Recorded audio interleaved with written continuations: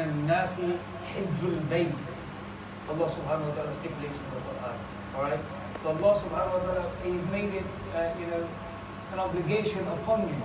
But then Allah subhanahu wa ta'ala, He also clarifies with respect to this hukam. And مِنَ اسْتَطَاعَ إِلَيْهِ السَّبِيلَ, Allah subhanahu wa ta'ala says, right? But it's only upon those people who are able to, who are financially able to, who are physically able to, right? All the fara'id of Allah subhanahu wa ta'ala, for example, Ramadan, fasting in the month of Ramadan, it is a fard upon us, but only if we are able to perform it, alright? If we've got such a shari uzr, a physical condition that we're not able to perform our fasts, then we are exempt from that fard duty. Okay? In the same way for Hajj, for Hajj al-Bayt, to do the Hajj of the Ka'batullah in the house of Allah subhanahu wa ta'ala, it is fard upon everybody.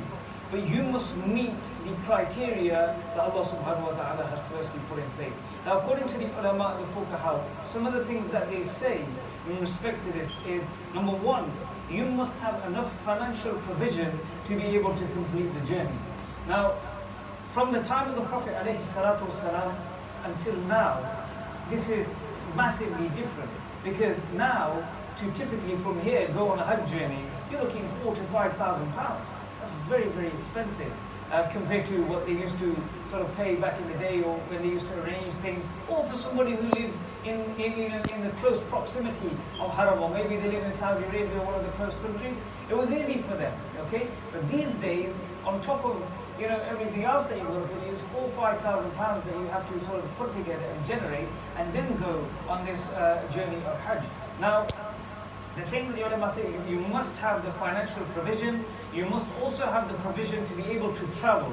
So, all the food and drink and everything that you're going to need along the way. And then also, to secure your home and, anything or any dependence that you leave behind. You must be able to secure them. Not that they go hungry for 30 days or however long you take for the Hajj. The Hajj journey itself is only a couple of days. But people tend to go longer for the experience of visiting the house of Allah Rabbul Alameen. Now, Imam Azam Abu Hanifa, rahimahullah ta'ala, they say, the great Batlul Huriyya, rahimahullah, they say that all his life, he prepared and he prepared and he prepared for this momentous and monumental journey of Hajj in his life. And they say that once he had completed the preparation, Imam Azam Abu Hanifa rahimahullah ta'ala, he only visited once. Only once. And he went to the Medina Munawwara and he presented himself before Hazur alayhi salatu wasalam only once, in a state of complete adab, but he was there for a month. And he said, I couldn't bear to return back to Medina Munawwara in fear that I may do ihanat or something disrespectful, or my level of adab would drop before Hazur alayhi salatu wasalam. This is Imam Azam rahimahullah ta'ala. I know, talking about Hajj, Imam Azam actually gives something which is very valuable. And I'll tell you this, and if any of you remember this, consider yourself very lucky. Very, very lucky. Imam Azam rahimahullah ta'ala, he was from those ulama who was from amongst the most sagacious of the ulama. He was so remarkable in his thinking. He was renowned for this. Imam Azam Abu Hanifa rahimahullah ta'ala. He said, because they say when you see Ka'batullah first time, live, when you see it in real life, any dua you make, Allah subhanahu wa ta'ala will accept it. This is the barakat of seeing Ka'batullah, house of Allah subhanahu wa ta'ala. And they say Imam Azam rahimahullah ta'ala, when he went to Haram Sharif, when he went to Makkah Mukarramah, and when he first laid his eyes on Ka'batullah, he said, Oh Allah, any dua I make for the rest of my life, please accept it. This is possibly, the best dua you can make in one respect. And this was the dua of Imam Azam rahimahullah. I always say this to the Hujjaj when they go and they prepare to go to Hajj. When you see Ka'batullah, make this dua and then make dua for them. I always ask them this. And alhamdulillah, and this is something that we should sort of expedite in our lives. A lot of people, there's misconceptions. People say, oh, Jarab, I have 2, 3 young daughters, I can't go Hajj. I've got their obligation, I need to get them married. or I've got this to do, or I've got that to do. My Hajj wouldn't be accepted unless I got my daughters married first. This is not right. This is not true. Because marriage can be done in very simplistic ways. Very cheap, and we can do marriage. Alhamdulillah, nikah is not expensive if we don't want to make it. These days we've assembled all these sort of functions and stuff and made it very difficult for ourselves. But that's not the way nikah is supposed to be anyway. But the point is, what I'm trying to say to you is that to go on Hajj, this isn't something that won't be accepted if you don't have your daughters married off previously. This is a misconception. I hear this a lot in the Pakistani communities. And no, that's not the case at all. If anything, the Prophet ﷺ, he tells us in the hadith that we should expedite this journey. We should do it sooner rather than later. Why? The common mindset is that let's do Hajj later. We'll do it later in our life when I get old, I've got some money, nice car, nice house, then I'll do Hajj. No, do it quickly, because you may not have your health tomorrow. You may not be well enough to go. Today you might have wealth to go to the house of Allah, tomorrow you won't. Maybe tomorrow you lose that wealth. So the things that you have today, if you have the ability and a facility to go today, then take that opportunity and go towards this journey. And Wallahi Lazim, it's such a monumental journey in the life of a mu'min. Let me tell you something, we approximately, according to statistics, in this ummah, there's about 1.6, 1.8 billion Muslims, right? 1.6 billion. Tell me this, in Hajj, every year, the Hajj accommodates approximately 3 million people. 3 million people, and you're like this, right? You're like this, shoulder to shoulder. It is absolutely chaos in Hajj. And you see people from every walk of life, black, white, Chinese, Malaysian, Philippines. You see everybody. You see princes, you see taxi drivers, you see doctors and pharmacists and lawyers and professors and graduates. Every single person you will see, they are of different backgrounds, and all of them are in 2 pieces of cloth, woven but not stitched. All of them before Allah Rabbul Alameen. And there's no difference on that day. There's no difference at this journey. There's no distinction in the people. Everybody looks the same, no matter what background you're from, no matter where you're from. And often you will see this when people go on Hajj. You'll see 2 things happen in the people. When those people return back from Hajj, you'll see a remarkable change. Really, you see a remarkable change in the people, because it is such an amazing barakah for your journey. It's the journey of your life. And this is why Allah subhanahu wa ta'ala made it far to go to His house to see these things. It opens up your eyes. Speak to people who have gone to the Hajj. Ask them what they see. When they see the Muslims all together. When they see, every color and shape and size and background, everybody there, all for the same purpose. Therefore, Allah Rabbul Alameen. They say Malcolm X used to be part of Nation of Islam, right? And they used to believe only blacks are Muslims and white people are evil and all these other things that I understand they believe. But when Malcolm X went, he opened his eyes. He said, these are all the people of Allah subhanahu wa ta'ala. He left that way of thinking behind because he realized that was narrow-minded. He went and he seen the world. And normally when people come back from Hajj, you will see a real transformation in the people. And this is a sign that their Hajj was maqbool, Allah accepted their Hajj. This is one of the signs.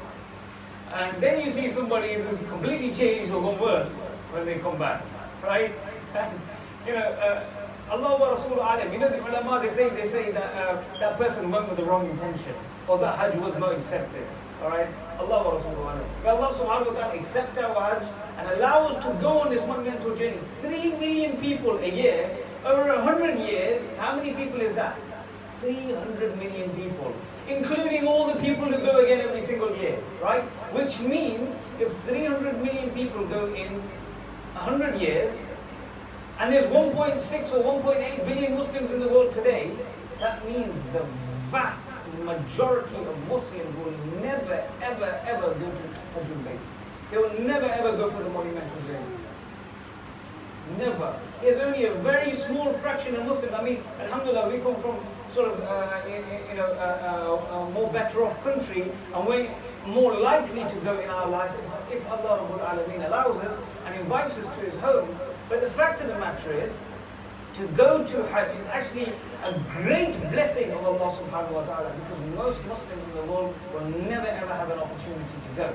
So the ulama say, if you're not financially in a position to go on Hajj, then you're not able to go to Hajj.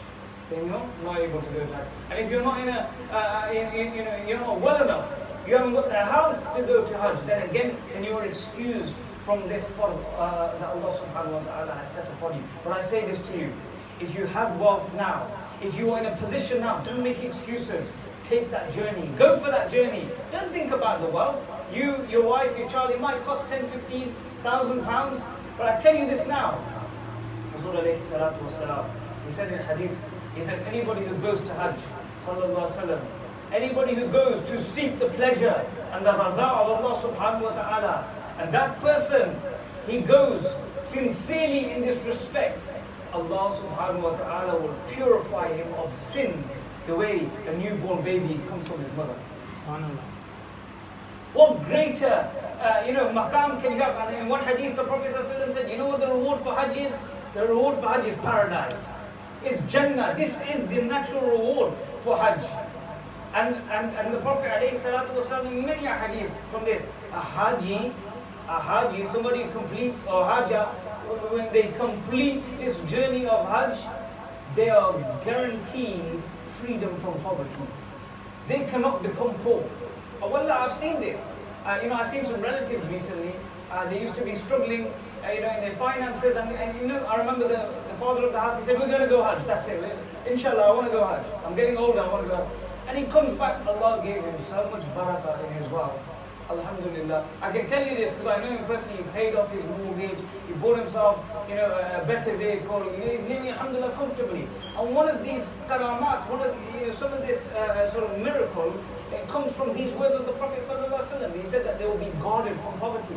And there's many hadiths like this that I can tell you. One hadith the Prophet sallallahu alaihi wasallam said, one Sahabi Rasul sallallahu alaihi wasallam, he said to the Prophet alayhi salatu wasallam, Ya Rasulullah.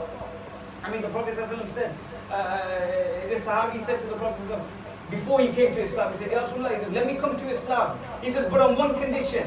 I'll accept Islam on one condition. And then when he forwarded his hand to the Prophet ﷺ, he held it back.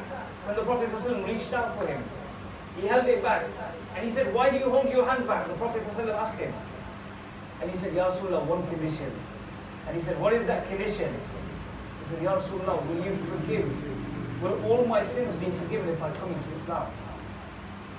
And the Prophet ﷺ said, all your sins will be forgiven. And one of the things that the Prophet ﷺ also said is, they said that somebody who does Hajj, someone who performs the Hajj journey, the Prophet ﷺ said, all his previous sins are completely taken away from this person. This is also one of the things from the hadith of the Prophet ﷺ. In another hadith of Hazur alayhi salatu wasalam, time is short, we'll finish on this inshallah Aziz. But Hazur alayhi salatu wasalam, again, this is a hadith to think about. People think, a lot of people do Hajj, a lot of Hujjaj, they wear the ihram and they go on the monumental journey of Hajj. But I tell you something, one Sahabi Rasul sallallahu alaihi wasallam narrates, he said, one Haji will do shifa'a, will do intercession and wasila for 400 people in his family on the Day of Judgment. One Haji, this is the maqam he will obtain from completing the Hajj. 400 people he will do shafa'ah for on the Day of Judgment. And one narration says 400 families. One narration says 400 families. This is the maqam of somebody who completes Hajj in their life. Allah subhanahu wa ta'ala gives the ability and facility to make preparations for these journeys. And allow us to come to his home and allow us to have ziyarah of Maqam Ibrahim, of the Hajj al-Aswad, and most importantly, allow us to come to the home of Medina Munawwara and do ziyarah of Sayyidina Rasul Kareem sallallahu ta'ala alayhi wa sallam. May Allah accept our coming, wa ma'alayna lil bala wal mubin. Azan ho chukki.